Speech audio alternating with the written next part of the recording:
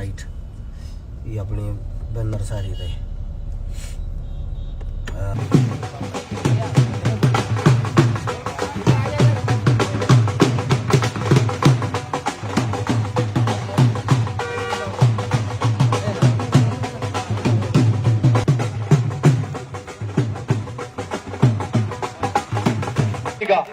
आइए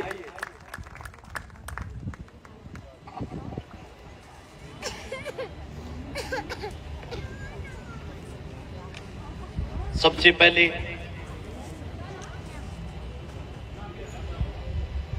जितने भी मंच पर सम्मानित बुजुर्ग बैठे हैं, मेरी मातर शक्तियां, आवाज सुन रहे प्यारे बच्चे, सभी को हर्ष शिकारा की तरफ से हाथ जोड़कर राम राम।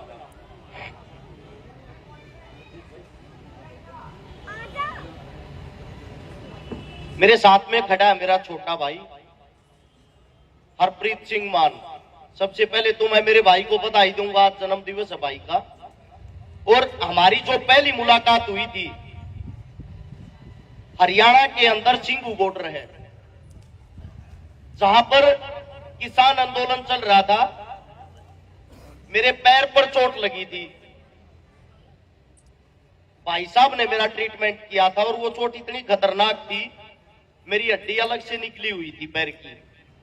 मैं कभी भी अपने जीवन में डॉक्टर से मैंने इंजेक्शन नहीं लगवाया है। और मैंने भाई साहब को जब ये बात बताई कि मैं इंजेक्शन नहीं लगवाया करूं, स्पेशल लुधियाना से भाई साहब ने कोई डॉक्टर बुलाया अगले दिन, और इन्होंने कहा हर्ष भाई इसके इंजेक्शन का पता नहीं लगेगा। मैंने पहली बार जीवन में इंजेक्शन लगवाया कि इतनी दूर से भाई ने डॉक्टर बुलाया है तो शायद लगवा लेना चाहिए। एक तो मेरा भाई बहुत बड़ा समाज सेवी है। समाज सेवा का एक ऐसा रास्ता है, आप सभी साथियों को बता देता हूं, सरदार बड़ा असरदार होता है। इस पूरे विश्व के अंदर इकलौती ऐसी कौम है जिसकी संख्या 2% है, लेकिन कहीं कोई भी मुसीबत आ जाए, आर्मी और फोर्स से भी कोई पहले पूछता है तो वो सरदार पूछता है। आप सभी साथियों को एक बात बता देता हूं, मेरी बात को गौर से सुनना और सुनने के बाद समझना। अपने पूर्वजों की बात बताता हूं, आज 22 नवंबर है, मेरे भाई का तो जन्मदिन है, इससे लगे बहुत बड़ा दिन था आज का। 22 नवंबर 1675 में सिख पंथ के 9वें गुरु तेग सिंह बहादुर, आज उन्होंने हमारे लिए अपना शीश दान दिया था। आज ही के दिन आप सभी साथियों को बताता हूं, सत श्री अकाल। एक बारी तालियां ना बजाकर मेरी बात को सुनना और समझना, क्योंकि आज का जो माहौल है बहुत ज्यादा खराब कर रखा है सरकारों ने, नेताओं ने, हिंदुओं का, मुसलमानों का, सिखों का, आपस में भाई को भाई से लड़वाते हैं। हमारे पूर्वज कैसे जीते थे, वो हमारे लिए क्या करते थे, वो जानना बहुत जरूरी।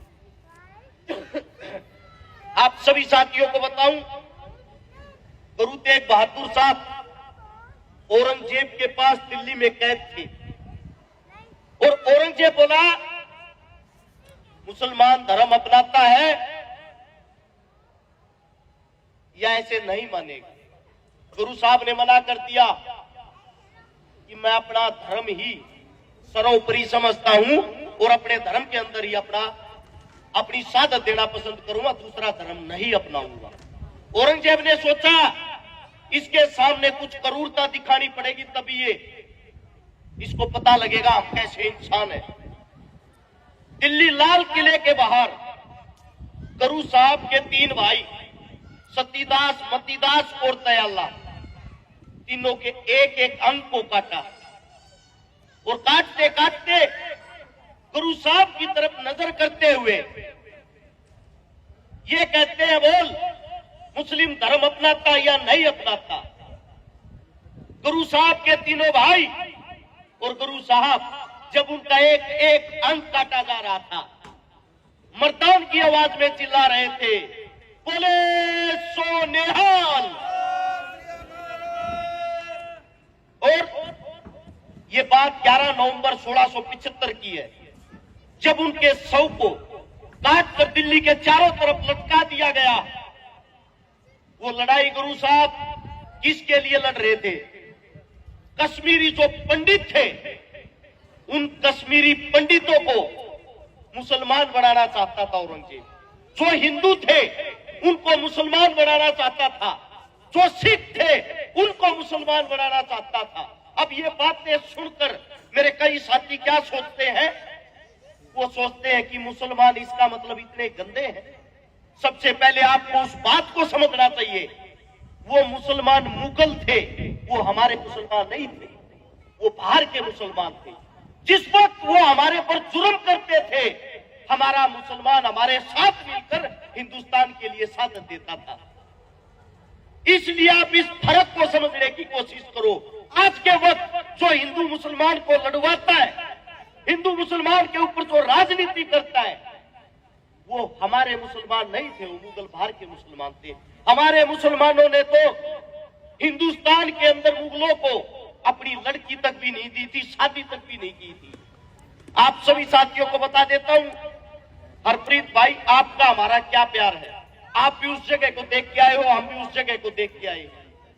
जब 22 नवंबर को गुरु साहब ने अपना शीश दान किया, उनके 2 शिष्य थे, एक जेता, एक लखी शाह, व्यापारी दिल्ली का।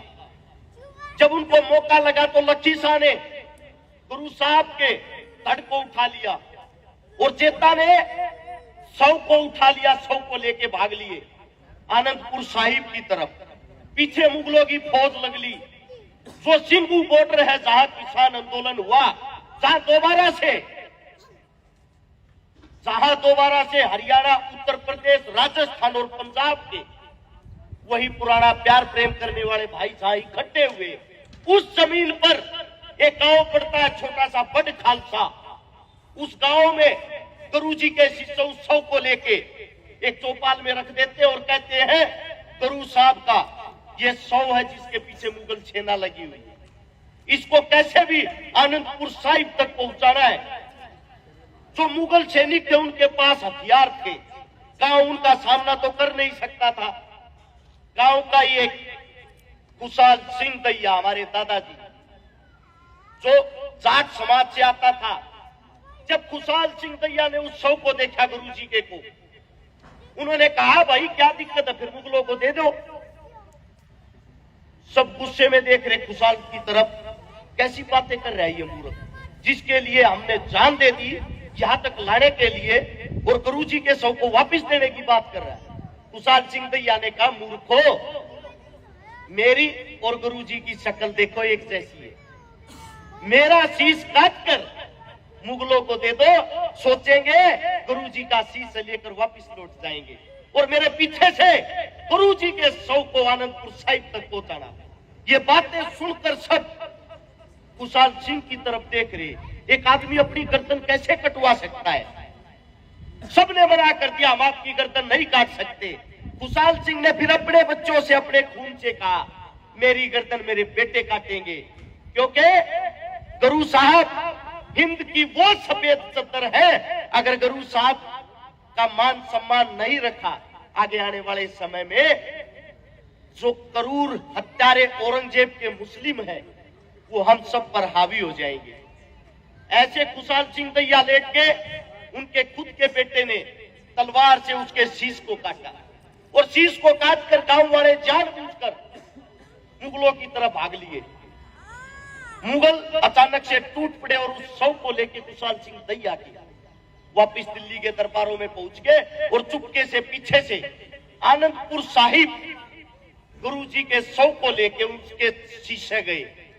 वहां जाकर उनका अंतिम संस्कार किया गया 24 नवंबर को, जिस दिन उनका शहीदी दिवस भी मनाया जाता है। आप सभी साथियों को एक बात बता देता हूं, ये हमारे पूर्वज थे जो एक दूसरे के लिए जान देते थे। ये हमारे हिंदू मुसलमान सिख का भाईचारा था, जो एक दूसरे के लिए उसकी छाती से पहले अपनी छाती अड़ाकर कटने मरने तक का प्यार प्रेम निभाते थे। एक आज का दिन है, आज आप लोग एक ऐसे गुलाम हो गए हो, आपके आपके बीच में कांग्रेस का, बीजेपी का, किसी अन्य पार्टी का एक नेता आएगा, सिर्फ एक नेता, और आपके बीच में जहरीली 4 ऐसी बातें बोलेगा कि आप अपने ही भाई को दुश्मन की नजरों से देखने लग जाओगे। आप सभी साथियों से इतनी विनती करता हूं, समाज से बड़ा कुछ भी नहीं है, समाज से बड़ा कुछ भी नहीं है, एकता से, इंसानियत से बड़ा कुछ भी नहीं है। दूसरी बात, मेरे भाई ने एक वृद्धाश्रम जिसका आज उद्घाटन करेंगे,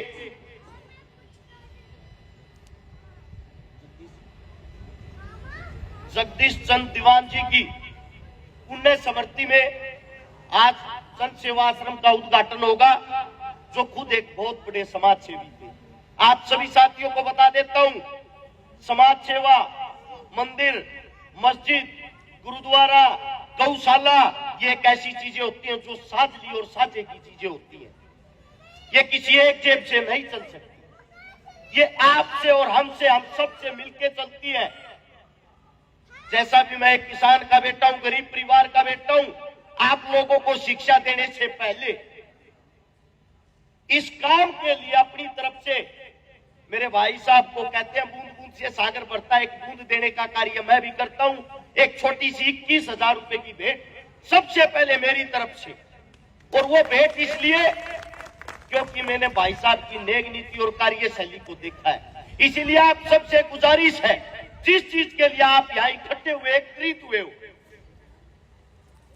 एक रुपया भी बहुत बड़ी चीज होती है दान।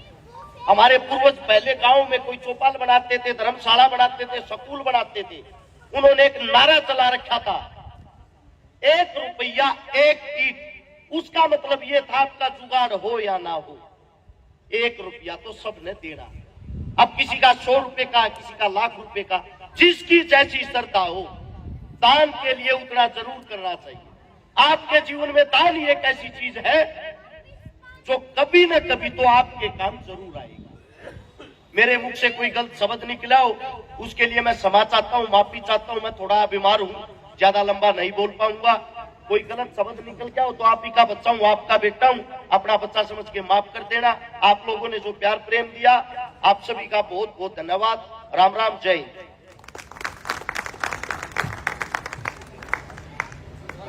मैं हर्ष जी से आज